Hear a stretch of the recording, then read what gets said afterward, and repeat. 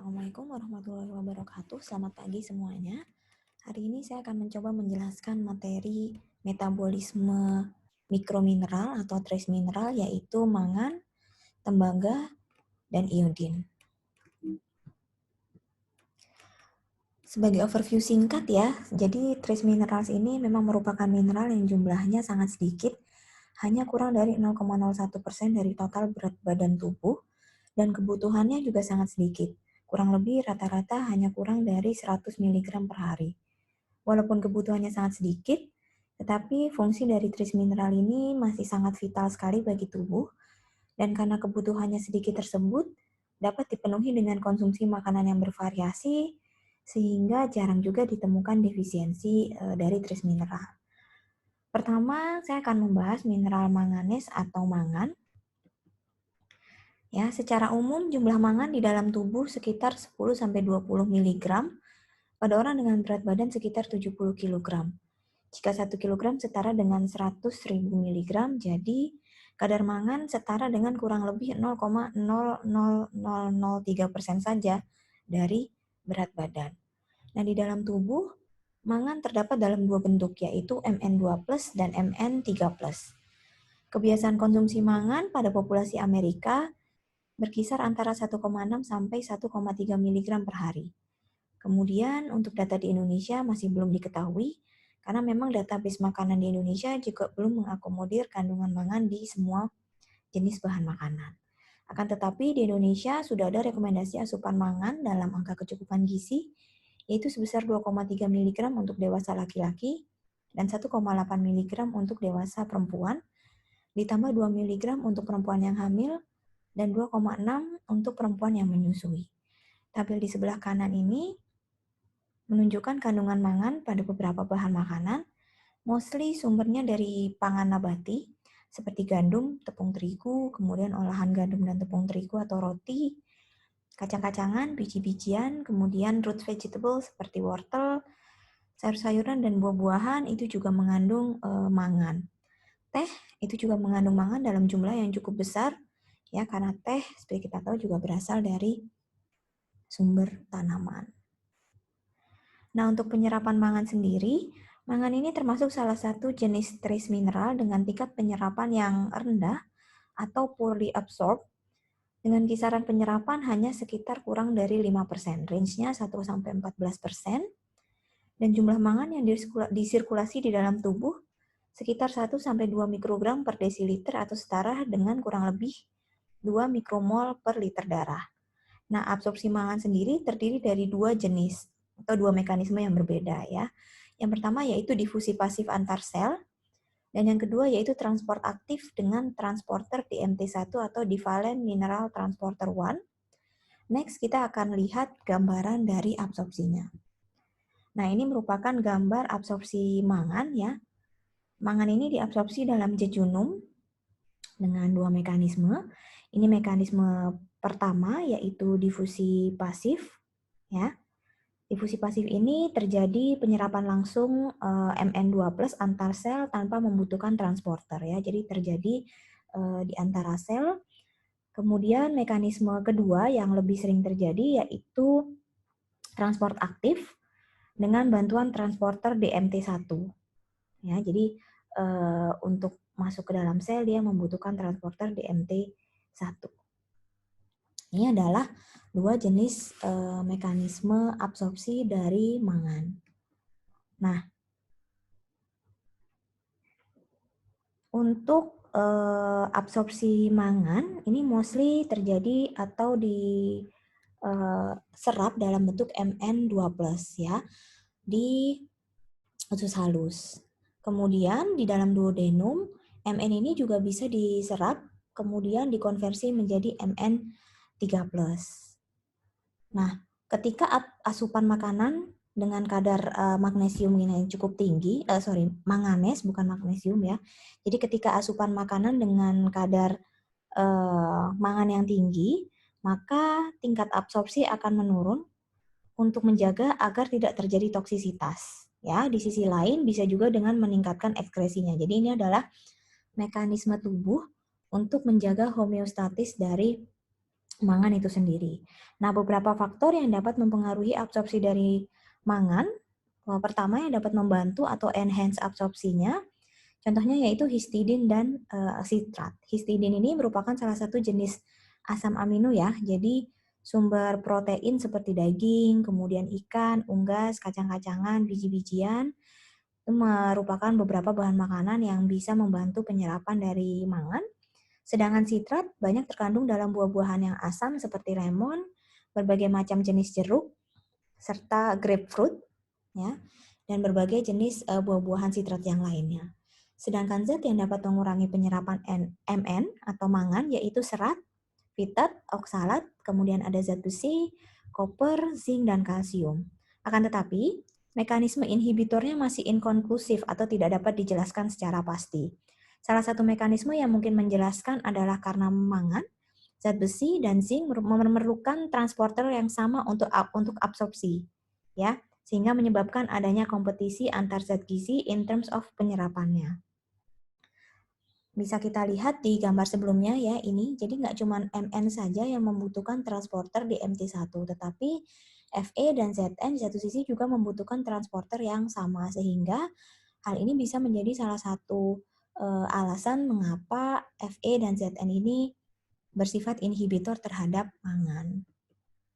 Oke, kemudian menurut saya pribadi ya, ini hanya secara logis saja gitu ya, bahwa sumber makanan yang menjadi inhibitor secara bersamaan itu juga menjadi enhancer. Contohnya makanan yang tinggi serat dan fitat. Itu banyak sumbernya dari kacang-kacangan dan biji-bijian. Oksalat juga banyak di beberapa jenis buah yang sitrik.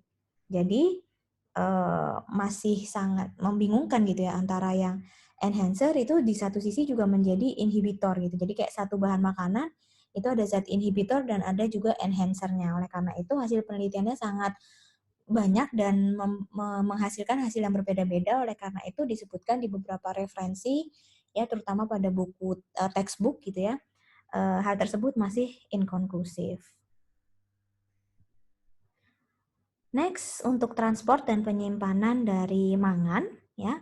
Jadi setelah diabsorpsi di usus halus, mangan akan memasuki sirkulasi darah dalam bentuk bebas atau dalam bentuk berikatan dengan alfa-2 makroglobulin. Untuk selanjutnya ditransportasikan menuju liver. Nah, mangan ini merupakan trace mineral yang semuanya ditransportkan ke liver untuk disimpan atau digunakan sesuai fungsinya. Pengosongan mangan sendiri di dalam darah tergolong sangat cepat gitu ya dalam hitungan menit, sehingga memang jarang sekali ditemukan mangan bebas di dalam darah. Nah, ini teman-teman saya sudah rangkumkan ya bagaimana dari mulai proses absorpsi mangan sampai penyimpanannya. Jadi setelah ditransport ke liver, mangan akan disimpan di hati, juga di beberapa organ lain seperti tulang, pankreas, dan ginjal. Pool size atau tempat penyimpanan mangan ini juga sangat bervariasi. Di liver ukurannya sekitar 2 mg per kilogram, di tulang sekitar 3,5 mg per kilogram berat badan. Nah, di liver sendiri, secara spesifik penyimpanannya akan di breakdown lagi di beberapa pool size, di beberapa lokasi penyimpanan atau pool, sesuai dengan fungsi mangan. Pertama, disimpan di organel hepatosit, ada di lisosom, mitokondria, dan nukleus atau inti sel, kemudian di sitoplasma, dan juga di kanalikuli empedu. Khusus simpanan di kanalikuli empedu ini, kemudian Mn atau mangan bisa ditransportasikan kembali ke usus halus jika dibutuhkan. Oke, selanjutnya saya akan paparkan fungsi dari mangan ya di level molekuler. Mangan ini berfungsi sebagai aktivator enzim dan juga menjadi bagian dari metaloenzim. Metaloenzim ini merupakan protein enzim yang mengandung ion logam atau kofaktor logam yang secara langsung terikat pada protein. Tabel di bawah ini sudah merangkum beberapa enzim yang membutuhkan mangan dalam menjalankan fungsinya ya. Saya jelaskan beberapa di antaranya. Pertama, untuk pirufat karboksilase, ini mengandung 4 atom mangan. Fungsinya untuk mengubah pirufat menjadi oksaloasetat, ya, suatu perantara dalam siklus Krebs. Silakan teman-teman cek kembali pembahasan terkait dengan siklus Krebs. Kemudian MN2+ ini juga mempromosikan aktivitas asetil-CoA karboksilase dari bentuk protomer enzim ya. Ini juga masuk dalam proses asetil-CoA, kemudian juga mangan juga berfungsi dalam enzim isositrat dehidrogenase. Ini merupakan enzim yang mengkatalisis dekarboksilasi oksidatif dari isositrat menghasilkan alfa-ketobutarat dan karbon dioksida. Fungsi lain yaitu untuk enzim arginase, di mana arginase ini membutuhkan 4 atom mangan per molekul atau merupakan enzim sitosol yang bertanggung jawab untuk pembentukan urea dan ditemukan dalam konsentrasi yang cukup tinggi di hati. Selanjutnya ada enzim glukokinase, galaktosatransferase, serta hidroksimetiltransferase. Ini satu kelompok enzim ya, karena nama belakangnya ini sama. Ini juga membutuhkan mangan. Dan yang terakhir atau yang mungkin yang paling utama, fungsi dari mineral mangan ini adalah sebagai antioksidan, yaitu komponen dari superoksid dismutase atau disingkat SOD. Ya. Nah, untuk fungsi mangan terhadap beberapa enzim ini sebenarnya sangat vital ya, tetapi fungsi enzim ini apabila dalam kondisi defisiensi mangan, fungsi enzim ini tetap bisa berjalan gitu ya. Kenapa? Karena berdasarkan literatur bahwa aktivitas enzim yang disebutkan atau yang ada di tabel ini tidak spesifik hanya bisa diaktifasi oleh mangan, tetapi bisa di-replace ya atau digantikan dengan mineral divalen yang lainnya. Contohnya yang paling sering menggantikan fungsi mangan adalah magnesium. Seperti itu. Jadi memang untuk mangan sendiri tidak terlalu apa ya istilahnya berefek pada kerja beberapa enzim yang disebutkan di tabel ini.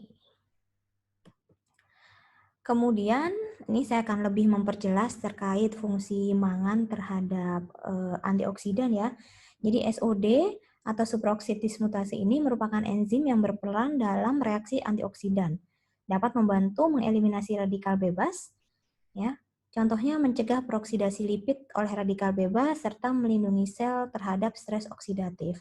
Nah, apabila kondisi tubuh kita ini memiliki kadar lemak yang cukup tinggi ya, kolesterol, kemudian LDL, trigliserid, kemudian tidak dieliminasi oleh antioksidan gitu ya, maka bisa terjadi peroksidasi lipid yang nanti bisa mengarah ke kejadian aterosklerosis hingga stroke ya. Oleh karena itu fungsi ini sangat penting sekali. Nah, superoksida dismutase ini merupakan mangan dependent ya, jadi Mn3+ SOD yang merupakan metaloenzim yang mengkatalisis dismutasi radikal superoksid menjadi oksigen dan dihidrogen peroksida. Ini teman-teman bisa cek ya, Mbak. Ini adalah reaksi yang menunjukkan bagaimana mangan itu berperan untuk berperan sebagai antioksidan untuk menghalau si radikal bebasnya ya. Jadi dengan adanya mangan ini ya, radikal bebasnya yang tadinya ROO negatif menjadi ROOH sehingga tidak lagi menjadi radikal bebas ya. Kemudian Mn-nya diubah menjadi Mn3+. Kemudian terakhir untuk ekskresi, defisiensi dan toksisitas mangan. Jadi karena absorpsi mangan ini tadi di awal saya katakan sangat rendah ya, hanya sekitar 1-14%, bahkan mostly kurang dari 5%, maka ekskresinya juga cukup banyak, yaitu sekitar 90% dari mangan itu diekskresikan di feses melalui empedu. Nah, untuk asupan yang berlebihan, ini juga langsung diekskresikan oleh tubuh untuk menjaga homeostatis atau keseimbangan mangan.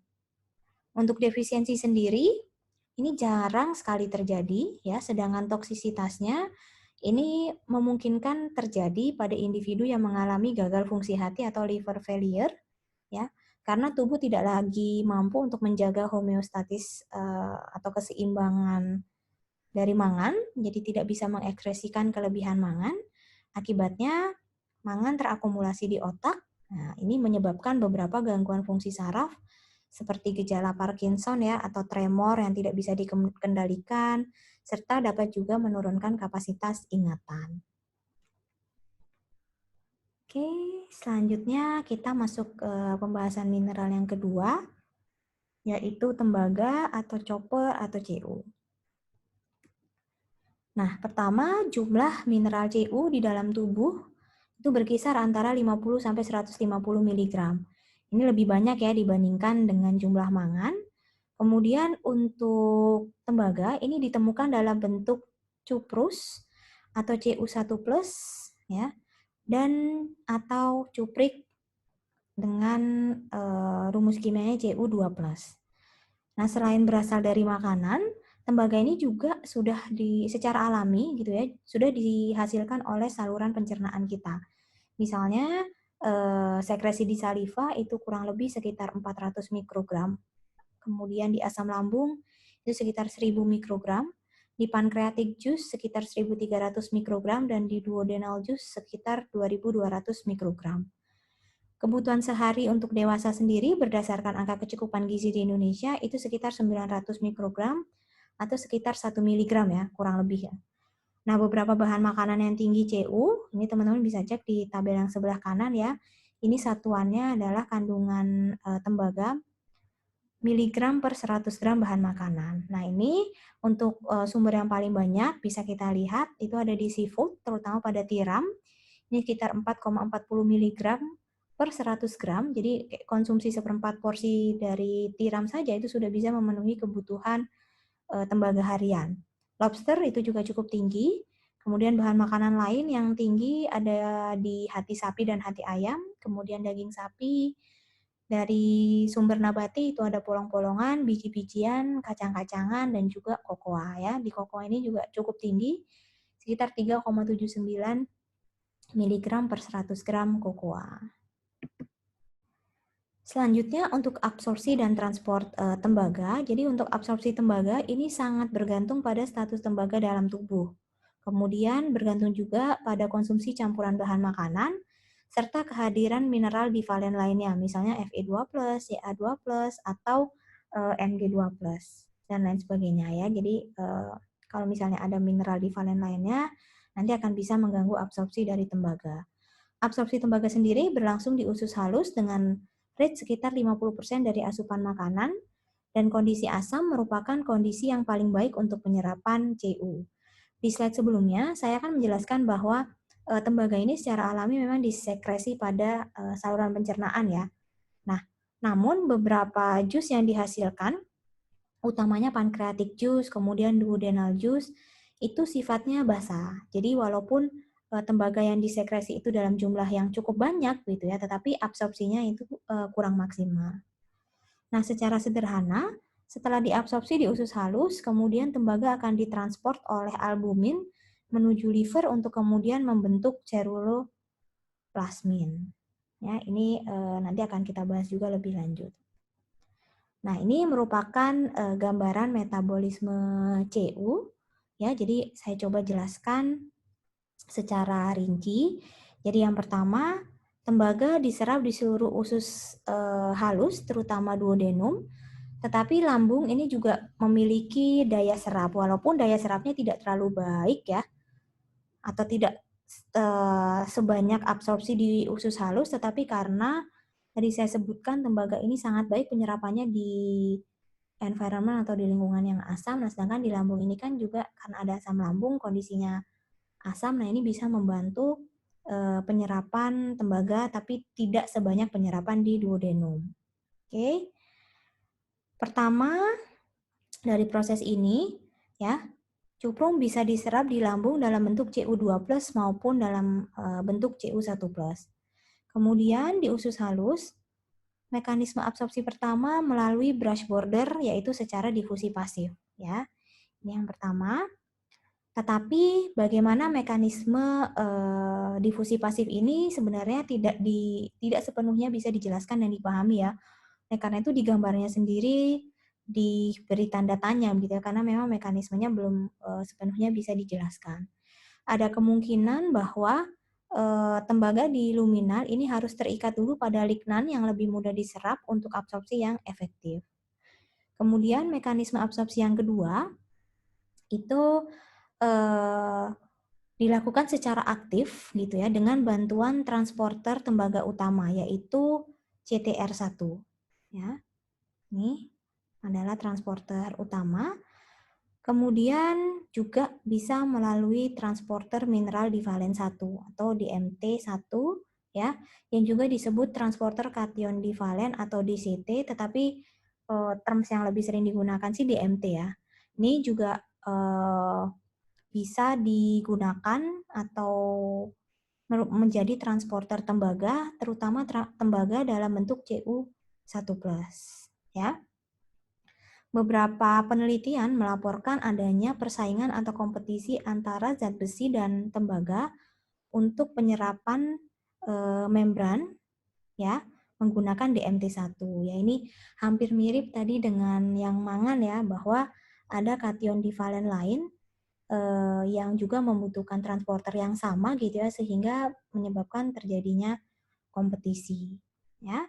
Kemudian setelah memasuki enterosit, di dalam enterosit tembaga akan berikatan atau didampingi gitu ya dengan berbagai jenis protein. Ini ada protein glutathione, kemudian ada ATOX1, kemudian ada CCS, kemudian ada COX-17 ya, yang mengarahkan tembaga untuk digunakan di dalam sel.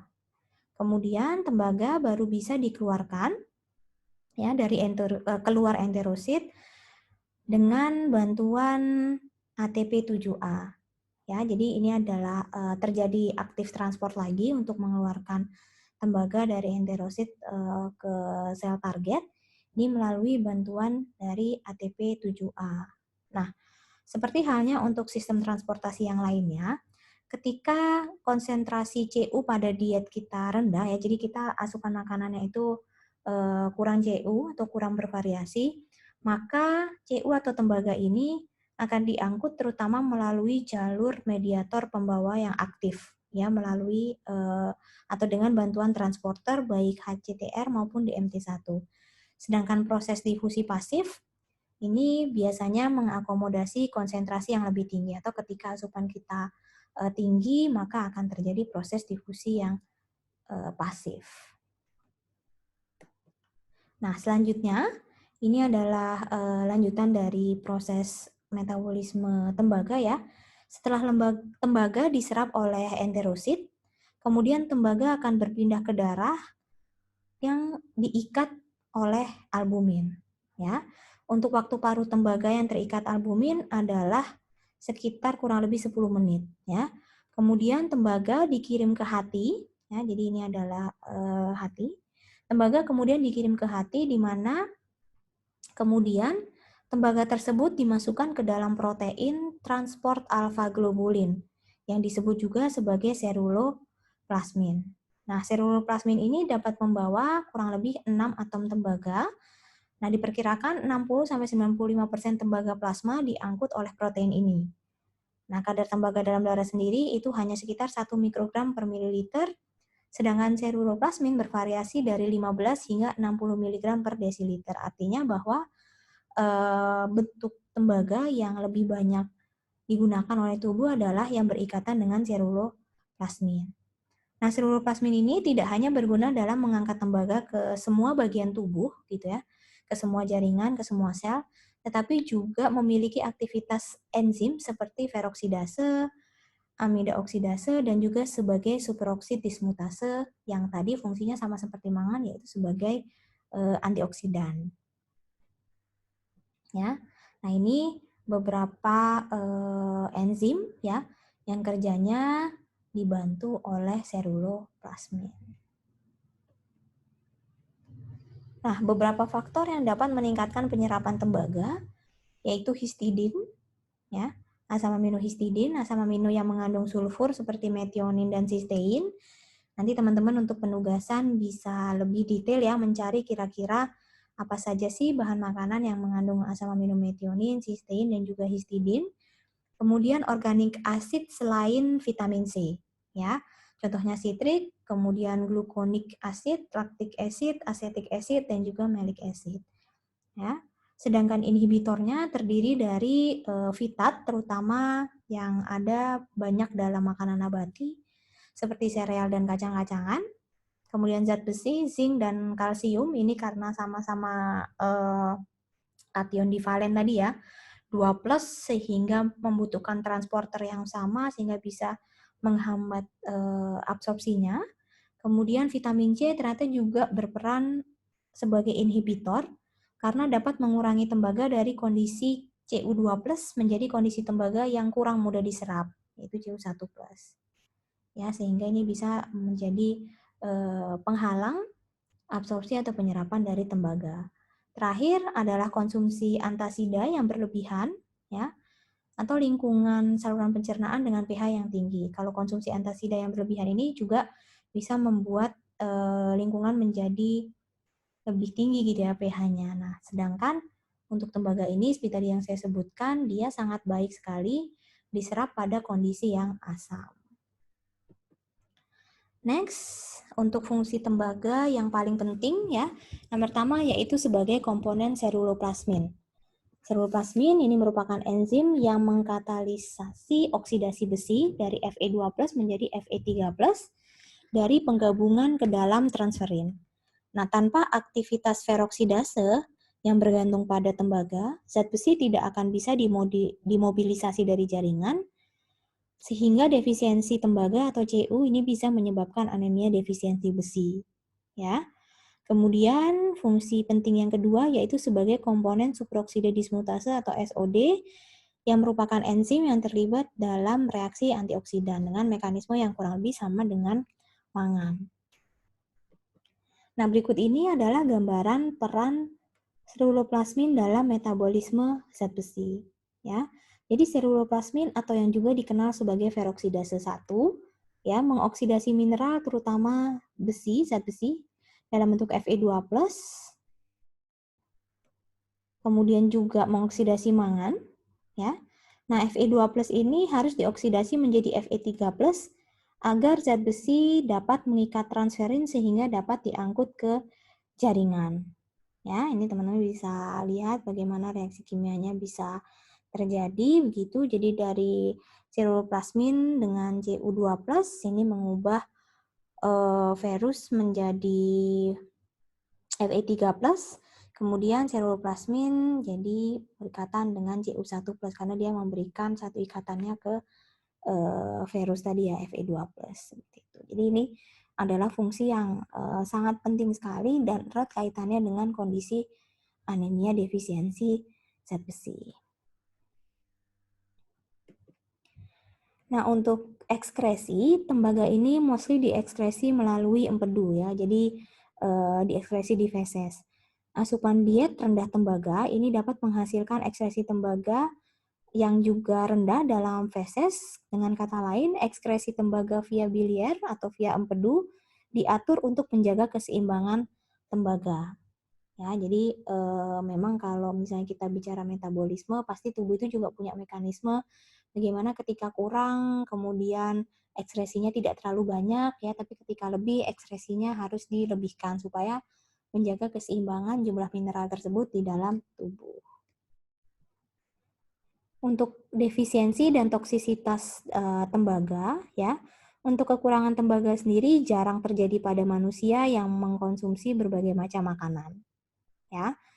Nah, akan tetapi kekurangan tembaga atau defisiensi tembaga ini bisa ditemukan dalam kelainan genetik yang disebut dengan Menkes syndrome atau sindrom Menkes. Apa sih yang dimaksud dengan sindrom Menkes? Jadi sindrom Menkes ini terjadi atau disebabkan karena adanya mutasi pada gen ATP7A. Ya, kalau teman-teman ingat di penjelasan tadi ya, bagaimana metabolisme tembaga, gen ATP7A itu sangat penting fungsinya untuk supaya bisa mengeluarkan gitu ya, mengeluarkan tembaga dari enterosit untuk bisa digunakan di sel target. Nah, gen ATP7A ini juga menyediakan instruksi khusus untuk membuat protein yang penting untuk mengatur kadar tembaga di dalam tubuh, ya.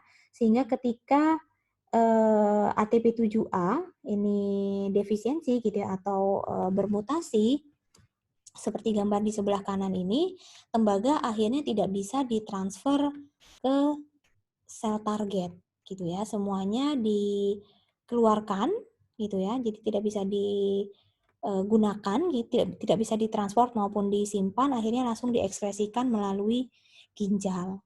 Ya, jadi itu adalah sedikit penjelasan terkait dengan sindrom Menkes. Untuk sindrom Menkes ini sendiri, beberapa tanda yang bisa muncul itu ada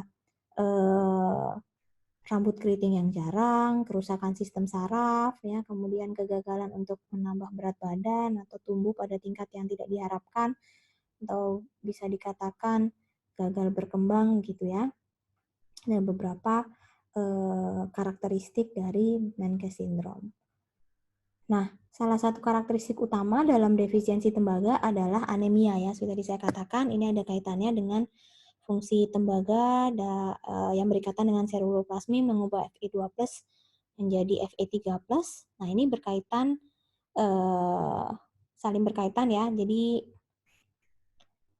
teman-teman perlu memahami hal tersebut, kenapa kok kekurangan tembaga kok mengarahnya ke anemia ya.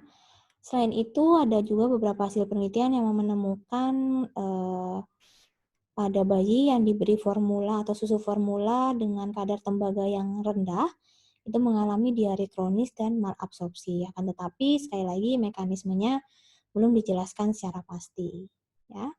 Kemudian di sisi lain untuk toksisitasnya pada manusia yang normal gitu ya, asupannya bervariasi ya, normal gitu, kelebihan asupan tembaga itu juga jarang terjadi ya. Meskipun toksisitas tembaga dapat berkembang jika paparannya cukup tinggi dalam waktu yang sangat lama. Ya, tubuh dapat melindungi diri sebenarnya dari asupan berlebih kalau misalnya cuma sesekali atau 2 kali gitu ya, dengan menurunkan penyerapan atau meningkatkan ekskresi melalui empedu dan urin. Walaupun tadi mostly diekskresi melalui empedu, tapi kalau misalnya dalam jumlah yang agak sedikit berlebihan gitu ya, sekali atau 2 kali, maka ada 2 mekanisme yang dilakukan gitu ya, menurunkan penyerapan atau meningkatkan ekskresi melalui empedu dan urin gitu ya. Nah, toksisitas ini ditemukan pada penyakit Wilson gitu ya, di mana penyakit Wilson ini disebabkan oleh gangguan penggabungan tembaga ke dalam seruloplasmin dan penurunan ekskresi biliar tembaga. Ya, jadi impaired incorporation of copper into seruloplasmin sehingga seruloplasminnya tidak bisa bekerja dengan maksimal gitu ya. Nah, ini hanya ditemukan pada Wilson disease. Oke, terakhir kita akan membahas mineral iodin ya atau yodium gitu.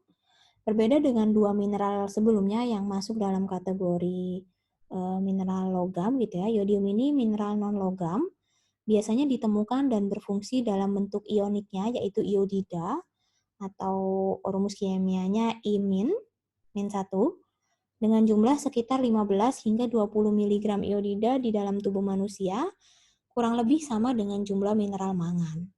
Nah, konsentrasi iodida dalam makanan itu juga sangat bervariasi sekali karena bergantung pada konsentrasi yodium yang ada pada tanah.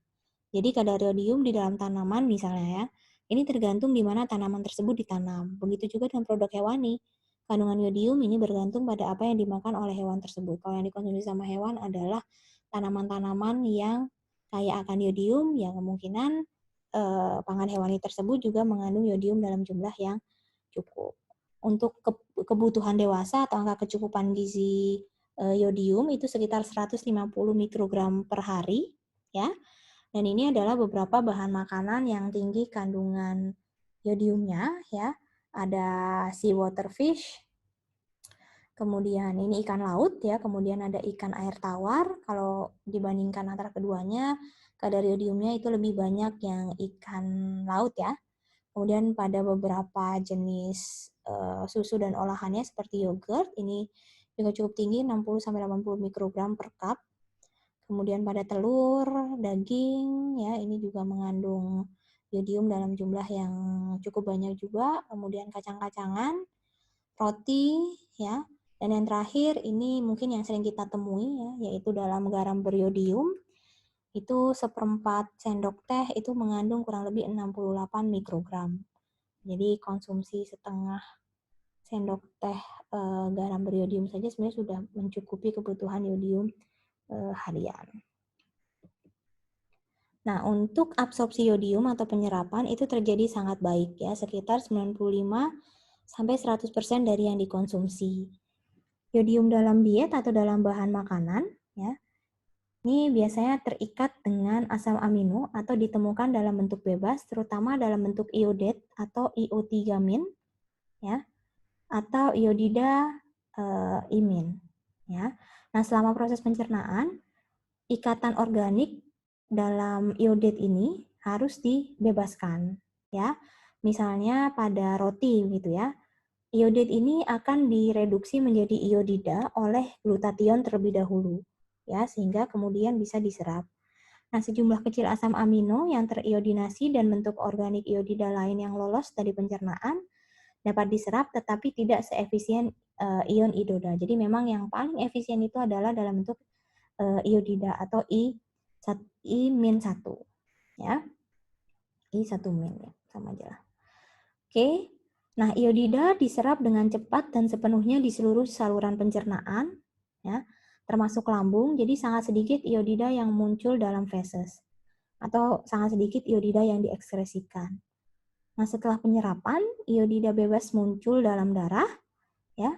Iodida kemudian didistribusikan ke seluruh cairan ekstraseluler, kemudian dapat menembus semua jaringan. Ya. Selain itu, iodium ini juga disimpan di dalam tiroid di mana akan digunakan untuk sintesis T3 dan T4. Jadi kalau teman-teman lihat di sini, dibandingkan dua absorpsi mineral yang sebelumnya saya jelaskan, untuk yang iodida ini transportnya bisa dibilang transport yang pasif ya, karena tidak membutuhkan transporter, jadi kayak bisa langsung diserap gitu ya dari makanan, kemudian masuk ke saluran pencernaan, kemudian bisa langsung diserap, dan penyerapannya itu tidak hanya di lambung gitu ya, tapi juga di mostly memang di lambung, tetapi juga terjadi di beberapa bagian usus halus gitu ya. Nah, oleh karena itu, ini yang menyebabkan kenapa kok penyerapan dari iodida ini sangat tinggi sekali, yaitu 95 bahkan hampir 100% gitu ya. Nah, yang paling penting fungsi iodida ini adalah untuk sintesis hormon tiroid. Nah, ini teman-teman mesti mesti memahami itu gitu ya. Jadi, kelenjar tiroid itu menangkap iodida yang paling aktif ya, dengan cara yang bergantung pada sistem transport aktif NA-kTPase ya. Jadi kelenjar tiroid mengandung 70% sampai 80% dari total iodida tubuh dan uptake-nya sekitar 120 mikrogram iodida per hari. Ya. Jadi fungsi utama iodida adalah untuk sintesis hormon tiroid, yaitu tiroksin atau T4 dan triiodotironin T3 oleh kelenjar tiroid. Ya, jadi gambar ini menunjukkan bagaimana hormon tiroid itu disintesis. Kita mulai dari yang pertama dulu ya. Jadi pertama, sel-sel tiroid secara aktif akan mengumpulkan iodida dari darah ya. Jadi kelenjar tiroid itu kurang lebih dalam sehari harus uptake sekitar 60 mg iodida itu setiap harinya untuk memastikan pasokan hormon T3 dan T4 itu memadai. Mekanisme uptake-nya itu beroperasi melalui pompa natrium kalium ATPase ya. Jadi ini adalah uptake yang sifatnya aktif gitu ya. Kemudian kita lanjut setelah berada di dalam sel, proses selanjutnya iodida akan dioksidasi menjadi iodin. Ya, jadi I-1 dioksidasi menjadi iodin I yang kemudian terikat pada posisi nomor 3 residu tirosil dari glikoprotein tiroglobulin. Proses ini disebut juga pengorganisasian iodin. Nah, ikatan iodium dengan residu tirosil tiroglobulin, itu disebut juga dengan THG, akan dikatalisis oleh tiroperoksidase dan menghasilkan tiroglobulin 3 monoiodotirosin atau THG-MIT. Ya, itu di proses yang kedua ini, ya. Nah, hidrogen peroksidasenya ini bertindak sebagai akseptor elektron. Selanjutnya, monoiodotirisin atau MIT akan diiodinasi pada posisi nomor 5, ya. Diiodinasi pada posisi nomor 5 untuk membentuk tiroglobulin 35 diiodotirosin atau THG-DIT. Ya, jadi di proses ketiga ini adalah proses mengubah THG-MIT menjadi THG-DIT dengan diiodinasi, gitu ya. Nah, dalam koloid kemudian 2 THG-DIT ini ya, tuh DIT kondens atau berpasangan membentuk THG-T4 atau THG-3535 tetraiodotironin. Ya, pembentukan THG-T4 ini dilakukan dengan eliminasi rantai samping alanin dengan katalisasi reaksi menggunakan tiroperoksidase. Ya, nah ini proses ini ya. Jadi proses perubahan dari 2 THG-DIT menjadi THG-T4. Ya. Kemudian proses kelima, DIT atau tadi disebut dengan tiroglobulin 35 diiodotirosin, ini juga akan berpasangan dengan MIT atau monoiodotirisin untuk membentuk T3. Ya, membentuk 353 triiodotironin dan reverse T3. Ya, jadi yang membentuk T3 adalah gabungan DIT dan MIT, sedangkan yang membentuk T4 adalah 2 THG-DIT. Ya. Kemudian terakhir, selanjutnya T4 dan T3, hormon tiroid aktif, ya, akan dilepaskan ke dalam darah setelah endositosis THG-T3 dan THG-T4 kembali ke sel tiroid dan hidrolisis THG oleh protease. Ya, jadi proses selanjutnya adalah sudah dihasilkan T3 dan T4 yang kemudian dikeluarkan dari sel tiroid, ini dikeluarkan tanpa melalui difusi yang aktif ya. Kemudian bisa langsung diikat oleh protein untuk sebelumnya dan untuk selanjutnya bisa masuk atau bisa menuju target sel. Nah, ini teman-teman kalau misalnya bingung dengan proses kimiawinya, ini saya sudah masukkan di sini ya. Silahkan Anda mencatat kembali atau mencari referensi yang lain ya untuk menjelaskan bagaimana sih sintesis dari hormon tiroid. Ini ada gambar yang lebih sederhana sih, tapi ya saya ajarkan yang paling complicated lah supaya nanti ketika menemukan yang sederhana teman-teman sudah bisa memahami. Nah, kemudian setelah dihasilkan T4 dan T3 tadi ya, setelah keluar dari sel tiroid, maka akan ada 3 protein pengangkut untuk mengikat dan mengangkut T4 dan T3 ke dalam darah menuju sel target ya. Yang pertama yaitu globulin yang mengikat tiroksin, ini ditemukan pada plasma. Kemudian ada albumin dan transiterin, ini disebut juga prealbumin. Dan yang terakhir dalam jumlah yang sangat kecil, kurang dari 0,1% dari darah, T3 dan T4 tidak terikat untuk mengangkut protein. Jadi istilahnya dalam bentuk bebas gitu ya. Tapi dalam jumlah yang sangat sedikit. Mostly adalah terikat dalam bentuk terikat dengan globulin maupun albumin dan prealbumin. Nah, kemudian di sel target, hormon tiroid berfungsi dalam merangsang laju metabolisme dasar, konsumsi oksigen, produksi panas, dan juga diperlukan untuk perkembangan sistem saraf normal dan pertumbuhan linier. Oleh karena itu, pada beberapa kondisi kekurangan hormon tiroid itu kan bisa menyebabkan kretinisme ya, atau yang pendek gitu ya, atau beberapa kondisi lain yang berkaitan dengan kekurangan hormon tiroid itu atau kelebihan hormon tiroid ya, itu gangguan pada metabolisme basal gitu ya. Jadi ada yang kayak misalnya sulit untuk naik berat badannya ya. Contohnya seperti itu biasanya terdapat masalah pada produksi hormon tiroid. Selanjutnya saya akan membahas sedikit interaksi dari yodium dengan zat gizi yang lainnya ya. Jadi sebagai awalan gitu ya, ketika tubuh kita ini mengalami kekurangan yodium, maka tubuh secara otomatis gitu ya, mekanisme yang dilakukan adalah mensekresi TSH atau thyroid stimulating hormone. Nah, thyroid stimulating hormone atau TSH ini akan memberikan sinyal pada kelenjar tiroid untuk melepas T3 dan T4 dari tiroglobulin ya dan melepaskan ke aliran darah. Nah, ada beberapa zat yang mengganggu metabolisme iodida atau iodium gitu ya.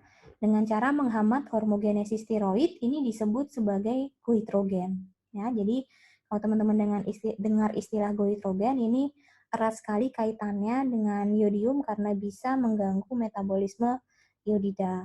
Ya, jadi efeknya adalah meningkatkan TSH gitu ya. Contohnya beberapa makanan yang mengandung goitrogen itu ada kubis, kemudian kembang kol, kale, ya tapi kalau kale ini kayaknya nggak banyak ada di Indonesia. Kemudian kembang kol, cauliflower, brokoli, ya, kemudian ada lobak, kemudian ada Brussels sprouts, ini juga saya rasa ada banyak di Indonesia.